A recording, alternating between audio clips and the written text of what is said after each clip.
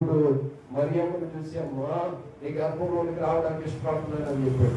ఎంత గొప్ప చెప్పండి.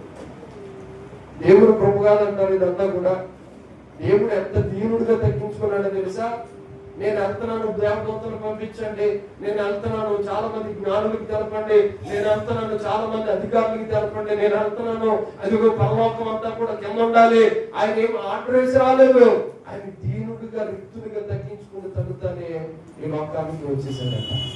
మనం ఆరాధిస్తున్న దేవుడు ఆయన సకల ఐశ్వర్యములకు కర్త.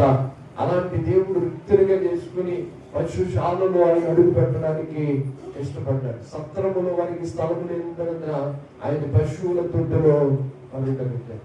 ఆయన మహిమ తగ్గిపోయిందా? మహిమ తగ్గలేదు. యేసయ్య నామం ప్రతి నోటంట వినబడుతుంది. దేవునికి స్తోత్రం. హల్లెలూయా. పశువుల తొట్టులోకి వెళ్ళాడు. ఆయన పశువు